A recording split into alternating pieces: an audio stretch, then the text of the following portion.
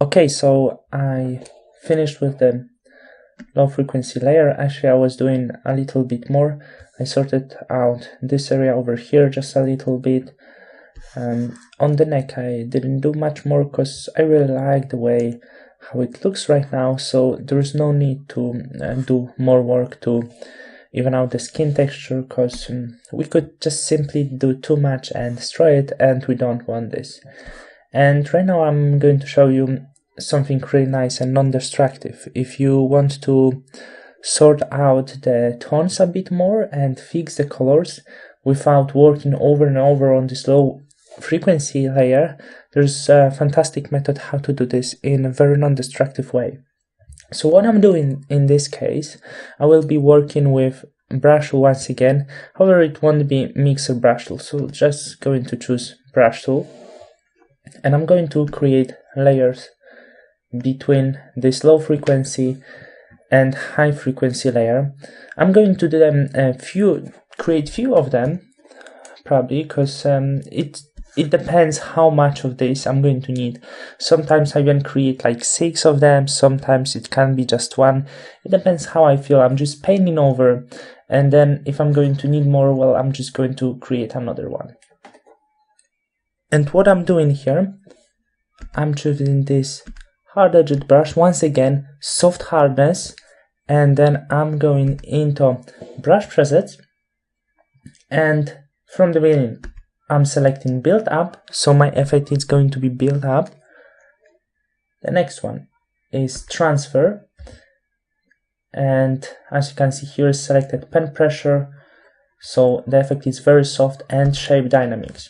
In shape dynamics, I change the control into pen pressure, and as you can see, the minimum diameter when it's set at 0, it's not really the right one, so pull it up, not maybe to 100%, but into this level. And now I got really fantastic soft brush. I'm going to make this a bit bigger. The thing I have to say, if you don't want to set your own brushes, which I highly recommend, because actually you can find the perfect brush for you, but I'm going to upload into this course fantastic soft brushes for you, so it will be much easier. I'm giving you some resources like brushes, like actions, so your work will be much fluent and so much easy. And I already set the flow at 2% right now, but I'm going to pull it up higher to make you see at first. And as you can see over here, I'm not happy with the color. I'm just going to zoom this in, and I like this color over here. And as you can see, what is happening, it's too strong right now, obviously. But as you can see, it's easy to paint in different colors. So that's how I'm fixing it. But of course, the flow is too high, so maybe 3% to not make this too soft. I'm going to zoom this even more. And now I'm taking the color I really like. So I like this color. And here, very softly, paint the areas you feel the color is not perfect. So it might look difficult, because only one thing I have to say, we have to be careful. So that's the basic thing. That's the most important thing. You have to be careful. Let's have a look. Very small difference. As you can see, we pull up the thing from the shadows, so it looks a bit better. So that's how I do this. As you can see, I think I got too far over here, so we can always create a layer mask if we are not happy. And with color black, just for now, just going to bring it back here,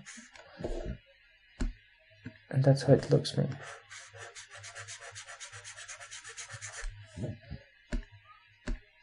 Yeah, this color over here, that was the most important for me, and that's what I'm doing on the rest of the face actually. So I'm going to go back to the regular layer, and I'm doing the same on the rest of the face. Over here I can fix some of the color, so I'm just going to take this example, but as I said before, just be really careful, because this is quite difficult. I think it's quite advanced, so you have to have some feelings in your fingers to work with this.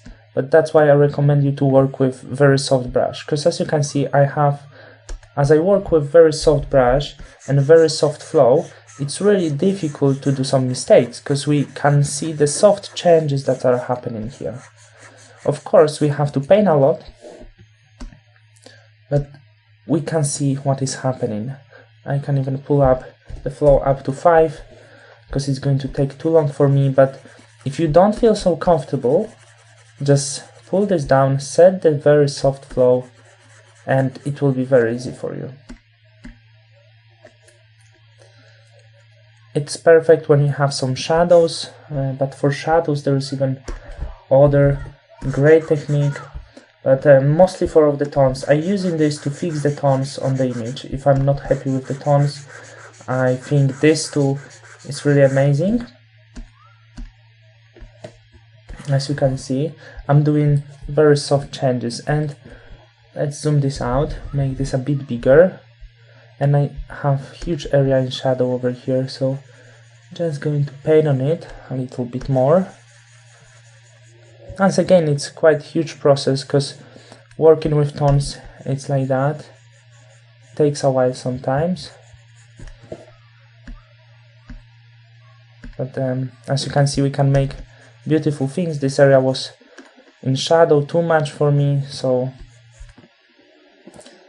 that's how I do this.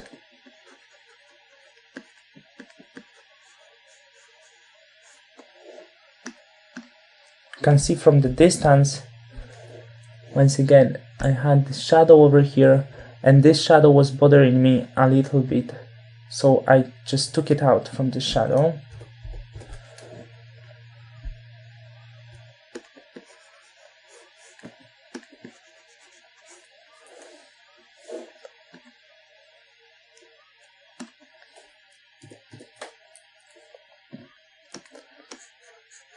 Maybe a little bit here.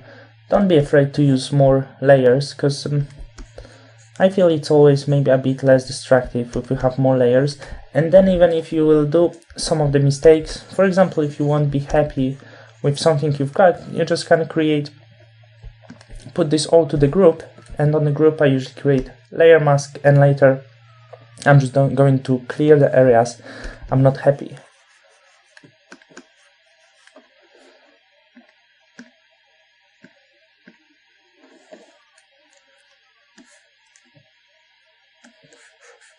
Over here, of course not this area, and I usually work on the pink area over here. We often have some of the areas, I just want to make it a bit longer. So yeah, that's how it looks like. Have a look.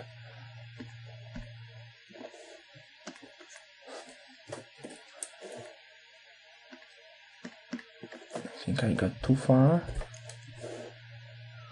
I think I like this shadow, but anyway, maybe it doesn't matter. I like this shadow, but this shadow wasn't really something the best that happens over here, so I had to remove it. Yeah, and right now it looks much more clear. A bit over here, next to the eye, of course, I'm going to create other layer.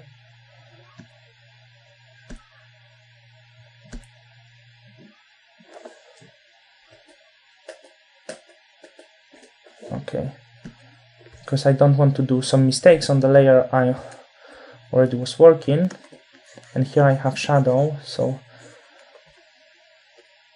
some areas usually are a bit more difficult than the other, so that's why I'm creating more layers. As you can see, it was in shadow, so right now I brighten this up and it looks so much better.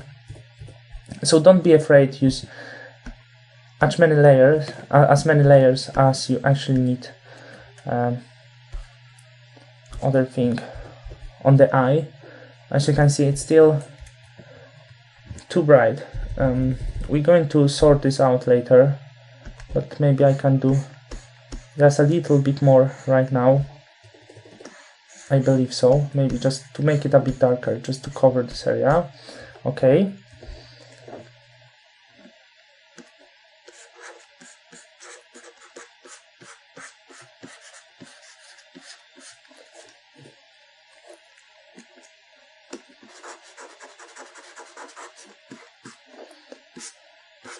So there's few more things to do, and let me do this right now on my own. I tried to keep this quite long because I really wanted to show you a lot of things how I work, but I know the working and talking all the time, it might be not really pleasure for you. So I keep it, as you can see, it was quite much work. So right now I'm going to do some things on my own. I'm going to paint on the neck a little bit, and I'm going to talk to you once again very soon. So right now we are after this quick break. I was working a little bit out of recording just to be focused a bit better, and right now I put all of these layers into the group to not make it very messy. This group between low and high frequency, I did quite well, so I didn't have to clean this over here, and you can have a look. That's before. As you can see, we had a lot of elements in shadow. This area, over here we had some bad colors, of course this area, and a little bit on the neck. And after this, as you can see, before, after, simply speaking, I just clear the tones, I paint over on the tones, and for me this image looks so much better. And in the next lesson I'm going to show you another step, how we work between high and low frequency layer if we need to do something more.